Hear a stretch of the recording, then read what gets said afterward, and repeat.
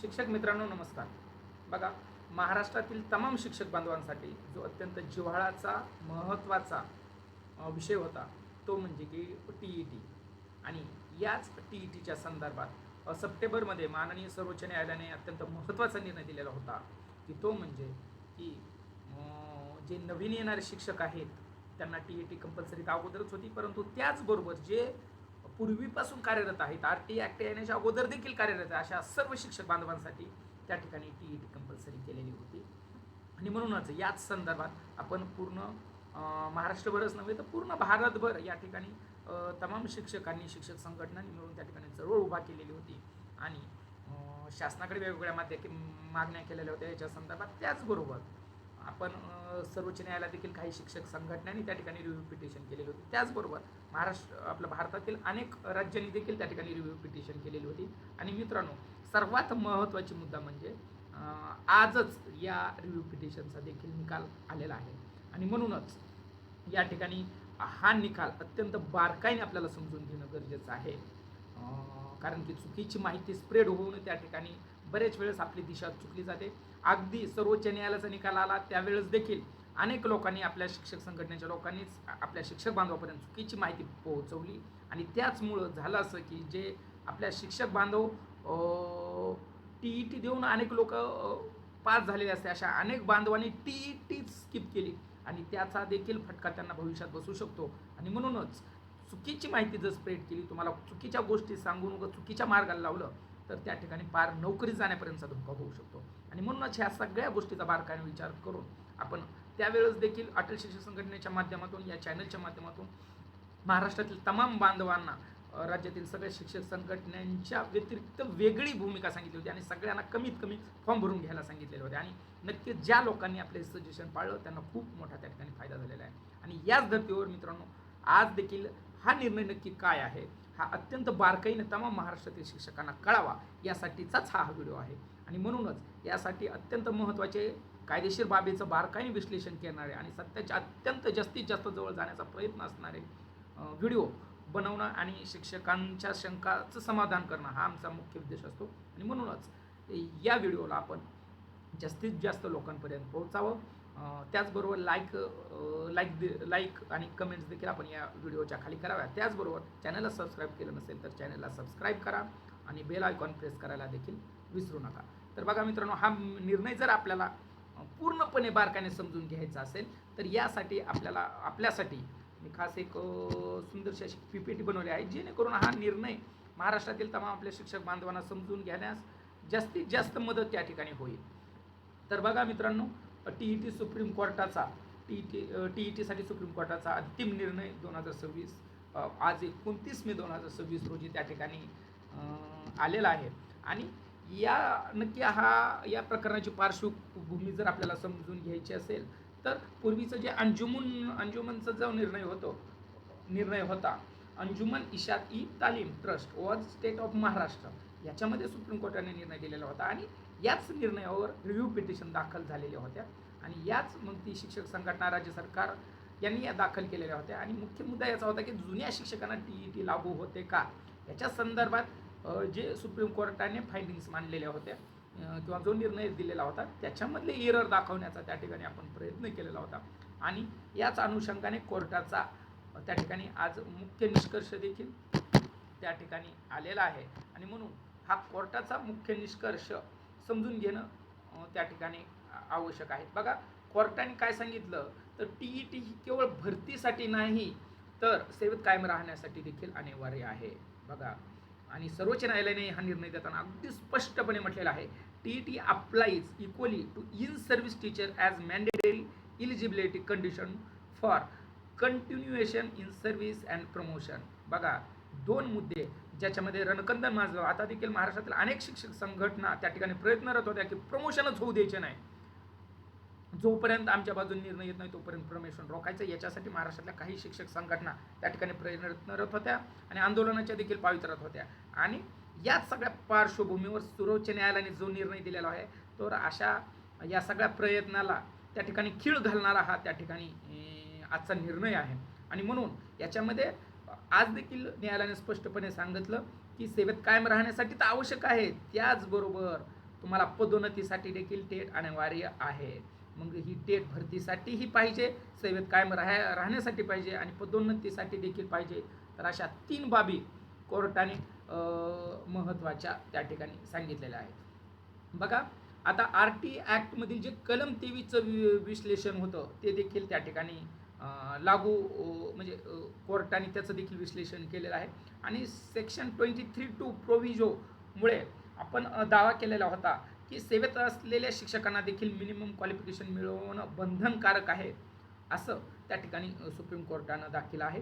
म्हणजेच any person म्हणजे कोणता, भविष्यातील नियुक्त्या, टीचर म्हणजे आता जे सेवेत आहेत असे शिक्षक आणि जुन्या शिक्षकांना देखील क्वालिफिकेशन मिळवणे आता त्या ठिकाणी हे केलेलं आहे. आणि हे सर्व ह्या 3 गोष्टी कोर्टाने त्या ठिकाणी अधोरेखित करून मित्रांनो त्या ठिकाणी सांगितलेले आहेत. म्हणून हे खूप महत्त्वाचं आहे. आता बघा, हा आपण वारंवार मांडत होतो, जो मुद्दा आपण मांडत होतो, शिक्षक संघटना मांडत होत्या आणि बरेच राज्य सरकारने देखील हा मुद्दा उचलून रिस्ट्रोस्पेक्टिव्ह मुद्द्यावर त्या ठिकाणी आपण आक्षेप घेतलेला होता आणि सांगितलं होतं की जुन्या शिक्षकावर नवीन नियम मागे लागू करता येत नाही. बघा, आणि मागील तारखेपासून तुम्ही, कारण की आम्ही अगोदरच आमची भरती झालेली आहे आणि RT ॲक्ट आमच्या भरतीच्या नंतर आला, त्याच्यामुळे मागील गोष्टी तुम्ही नंतर रिस्पेक्टिव्ह पद्धतीने त्या ठिकाणी लागू करू शकत नाहीत, ही आपण त्या ठिकाणी दावा केलेला होता. आणि याच दाव्यावर त्या ठिकाणी कोर्टाने सांगितलं की हा मुद्दा जो आहे तो रिस्ट्रोस्पेक्टिव्ह पनिशमेंट नाही आणि म्हणून मागील तारखेपासून हा दंडात्मक काही नियम नाही. आणि त्याचबरोबर सांगितलं की सरकारने शिक्षकांना क्वालिफिकेशन मिळवण्यासाठी पुरेसा वेळ दिलेला आहे. तुम्हाला जेवढा आवश्यक आहे असा त्यावेळेस जो काही त्यावेळेस शासनाने GR काढला त्याच्यामध्ये दिलेला होतं की 3-4 वर्ष त्या ठिकाणी दिलेले होते, आपल्याला ठराविक वेळ दिला, 2 वर्षाचा वेळ त्या ठिकाणी दिलेला होता आणि हा पुरेसा वेळ आहे असं त्या ठिकाणी कोर्टाला त्या ठिकाणी सांगायचं आहे. आणि RT ॲक्ट जो आहे तो मुलांच्या गुणवत्तापूर्ण शिक्षणासाठी आहे, हा त्या ठिकाणी कोर्टाने स्पष्टपणे मांडलेला आहे. म्हणून शिक्षक गुणवत्ता हा मुख्य उद्देश आहे, शिक्षकांच्या सेवा वाचवण्यापेक्षा, असं देखील या कोर्टाला थोडक्यात सुचवायचं आहे. आणि बघा, आणि NCT ॲक्टबाबत देखील ह्या ॲक्टमध्ये देखील जे संरक्षण होतं, संरक्षणाचा जो मुद्दा होता की यातले जे याचिकाकर्ते होते, या याचिकाकर्त्यांनी मांडलं होतं की NCT ॲक्ट सेक्शन 12A प्रोव्हिजोचा त्या ठिकाणी दाखवला होता आणि याच्या अंतर्गत जुन्या शिक्षकांना काढून टाकू नये, हे देखील आपण त्या ठिकाणी आपल्या संघटनांनी म्हणा, राज्य सरकारने म्हणा, त्या ठिकाणी सुप्रीम कोर्टासमोर मांडलेलं होतं. परंतु कोर्टाने हा जो दुसरा प्रोव्हिजो दाखवून म्हटलो त्याच्याबद्दल दुसरा प्रोव्हिजो त्या ठिकाणी दाखवला आणि सांगितलं की क्वालिफिकेशन मिळवणं हे शिक्षकांना आवश्यक आहे.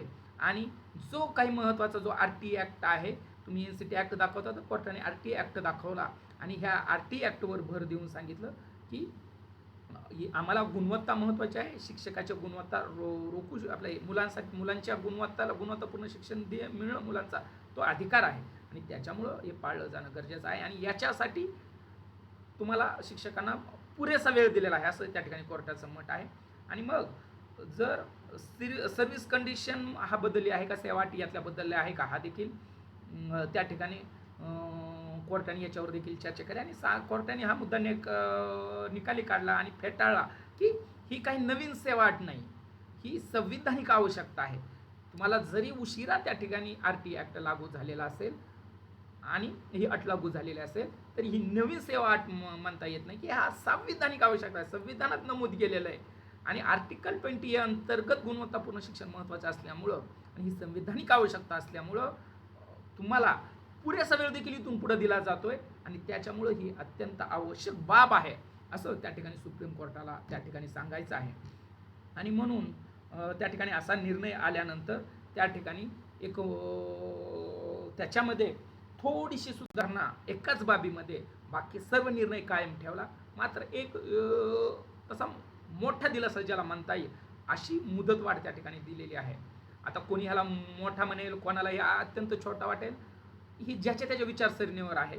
पण एकंदरीत काही का होईना थोडीफार त्या ठिकाणी दिलासा आहे. कारण की पूर्वीची तारीख होती की आपल्याला TET पूर्ण करण्याची, ती 31 ऑगस्ट 2027 होती. आता ही वाढवून त्या ठिकाणी 31 ऑगस्ट प्रिव्ह्यूमध्ये त्या ठिकाणी 2028पर्यंत मुदत करण्यात आलेली आहे. त्याच्यामध्ये जो महाराष्ट्र सरकारने जी आर काढला होता त्यात 2 ते 3 वर्ष एक ठिकाणी मुद्दा आलेला होता, म्हणून 2च्या ऐवजी 3 वर्ष या ठिकाणी हे कोर्टाने त्या ठिकाणी केलेले आहेत आणि 1 वर्ष मुदत 2च्या ऐवजी 3 वर्ष त्या ठिकाणी वाढलेली आहे. ओके. आणि राज्य सरकारांना देखील कोर्टाने महत्त्वाचे निर्देश दिलेले आहेत. ते निर्देश काय आहेत तर TET प्रत्येक राज्य सरकारने वर्षातून कमीत कमी 2 वेळा घेण्याचा सल्ला त्या ठिकाणी कोर्टाने दिलेला आहे आणि ही 6 महिन्याच्या अंतराने परीक्षा घ्यावी असा देखील सल्ला त्या ठिकाणी दिलेला आहे आणि शिक्षकांना देखील त्याच्यामुळं पुरेशी संधी मिळेल. 3 वर्षात 6 चान्स भेटतील साधारणतः आणि हे त्या ठिकाणी कोर्टाने त्या ठिकाणी मांडलेलं आहे. आणि सर्वात गंभीर जे निरीक्षण आहे ते त्या ठिकाणी म्हटलेलं आहे की no further extension shall be entertained. बघा, हा मुद्दा सगळ्यांनी लक्षात घ्या की पुढे मुदतवाढ मिळणार नाही, हे कोर्टाने आत्ताच सांगितलेलं आहे. याच्या पुढे काही मुदतवाढ त्या ठिकाणी देणार नाही आणि म्हणूनच इथून पुढे अशी मुदतवाढ मिळण्याची शक्यता फार कमी आहे आणि म्हणून ही 2028ची जी आहे ती आपल्याला अंतिम डेडलाईन त्या ठिकाणी मानावी लागेल. आणि म्हणून मित्रांनो, ज्याप्रमाणे सर्वोच्च न्यायालयाचा निर्णय आलेला होता, माझा जुना व्हिडिओही तुम्ही पहा, महाराष्ट्रामध्ये एकमेव आपली संघटना होती की ज्यांनी सांगितलं होतं की तुम्ही पहिले सगळ्यांनी फॉर्म भरा, बाकीची चर्चा आणि बाकीचं आपण वादविवाद नंतर करत राहू, शासनाशी भांडत राहू आणि आपल्या लोकांच्या कशा सेवा वाचवता येतील. अटल शिक्षक संघटनेमध्ये एकदम चांगली भूमिका त्या ठिकाणी आम्ही मांडलेली होती, परंतु बऱ्याच आपल्या शिक्षक बांधवांना देखील ती भूमिका व्यवस्थित समजली नाही. त्याचं कारण काही लोकांनी थेट लोकांना आपल्या शिक्षक संघटनेच्याच लोकांना नुसतं चेतवण्याचं काम केलं. आम्ही नाही परीक्षा दिली तर काहीच होणार नाही किंवा हे शासन असं करू शकत नाही, आम्ही सामूहिक परीक्षा द्यायचं नाही, अशी ही भूमिका मांडली.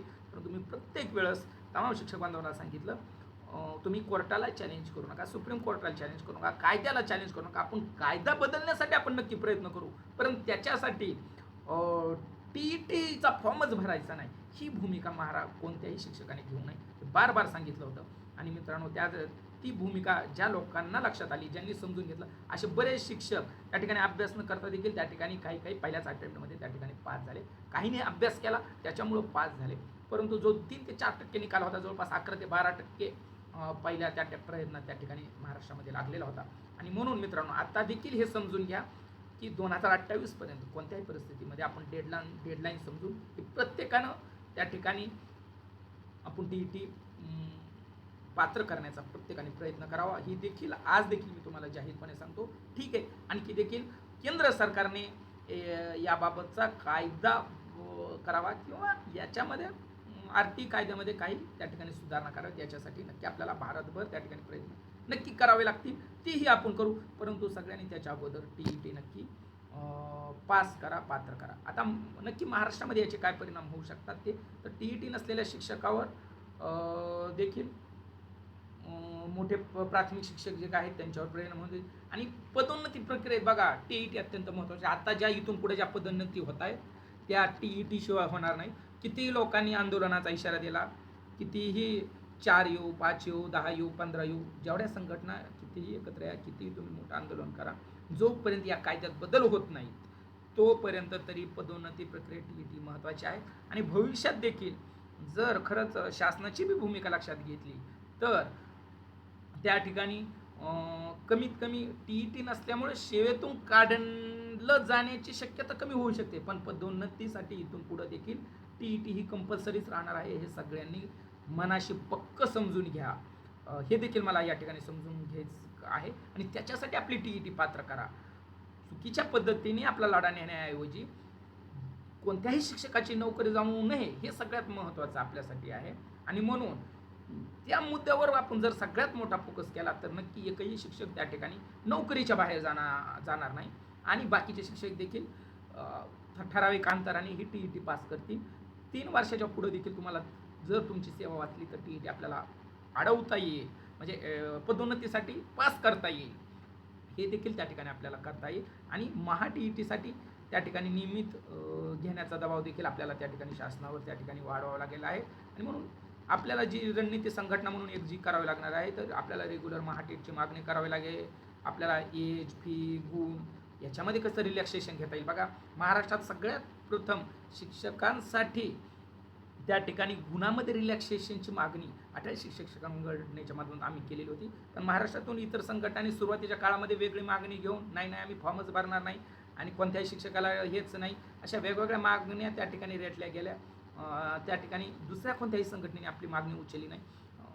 आता गुणात सवलतीची मागणी शेवटच्या टप्प्यामध्ये अनेक संघटनांनी त्या ठिकाणी आपली उचलून त्या ठिकाणी मांडण्याचा प्रयत्न केला, परंतु एकदा त्या ठिकाणी दिशा चुकली तर मग आपल्याला न्याय मिळायला चुकीचं होतं. आणि म्हणून इथून पुढं देखील आपल्याला योग्य दिशेने जर प्रयत्न केले तर त्या ठिकाणी नक्कीच त्या ठिकाणी या योग्य रणनीती वापरली तर लाभ आपल्या तमाम शिक्षक बांधवाला होईल, त्यांची नोकरी वाचता येईल आणि पदोन्नतीत देखील त्यांचा आपल्याला समावेश करता येईल. ओके. आणि याचबरोबर डिपार्टमेंटल कोचिंग वगैरे असते, याच्यासाठी देखील आपल्याला काही त्या ठिकाणी मागण्या करता येईल. आणि जे फेलर होतील ह्याच्यासाठी त्यांच्यासाठी देखील प्रोटेक्शन पॉलिसी त्या ठिकाणी शासनाने करावी, याची देखील आपल्याला या ठिकाणी मागणी त्या ठिकाणी करता येईल. आणि म्हणून ह्या वेगवेगळ्या पर्यायावर देखील या ठिकाणी आपल्याला काम होतील. आणि जर या सगळ्यांचा जर निष्कर्ष काढला तर हा शिक्षक सेवामध्ये मोठा बदल आहे आणि शासनानं याला गुणवत्तापूर्ण शिक्षणाला या ठिकाणी अत्यंत प्राधान्य त्या ठिकाणी दिलेलं आहे. आणि म्हणूनच या गोष्टी सगळ्या आपल्याला त्या ठिकाणी समजून घ्याव्या लागतील. या निर्णयाचा सार आपल्याला त्या ठिकाणी नक्की व्यवस्थित समजून घ्यावं लागेल. आणि म्हणून जर तुम्हाला खरंच समजून घ्यायचं असेल तर सुरुवातीपासून शेवटपर्यंत कुठेही स्किप न करता हा व्हिडिओ त्या ठिकाणी पहा. यावर देखील आपल्याला काही समस्या वगैरे असतील किंवा काही आपले मतं असतील तर नक्की मांडा, किंवा या संघटना म्हणून एक कोणत्या दिशेने आपण आणखी काय याच्यामध्ये करू शकतो, आपली जी काही प्रतिक्रिया असेल, जे काही वाटतंय ते नक्की कमेंट सेक्शनमध्ये करा, जेणेकरून आपला व्हिडिओ महाराष्ट्रातील तमाम लोकांपर्यंत जातो, सर्व शिक्षकापर्यंत जातो, अनेक संघटनापर्यंत जातो आणि आपल्या कमेंटचा आधारावर अनेक शिक्षक संघटनांची देखील त्या ठिकाणी रणनीती ठरवू शकते. आणि म्हणून तुमचा प्रत्येकाचा व्हिडिओ कमेंट या ठिकाणी महत्त्वाचे आहे. आणि म्हणून जास्तीत जास्त लोकांपर्यंत त्या ठिकाणी हा व्हिडिओ पोहोचवा, कारण की अत्यंत योग्य जे काही सांगितलेलं आहे सुप्रीम कोर्टाने तेच गोष्टी आपण त्या ठिकाणी सांगितलेल्या आहेत. आणि म्हणून जास्तीत जास्त योग्य माहिती लोकांवर पोहोचवण्यासाठी नक्कीच व्हिडिओ सगळ्यापर्यंत पोहोचा एवढं सांगेल. त्याचबरोबर चॅनलला सबस्क्राईब करायचं देखील विसरू नका, बेल आयकॉनचं बटन दाबायला देखील विसरू नका. नक्की याच्या पुढे देखील या संदर्भातील लवकरच दुसरा व्हिडिओ त्या ठिकाणी आपल्यासमोर घेऊन येईल. धन्यवाद.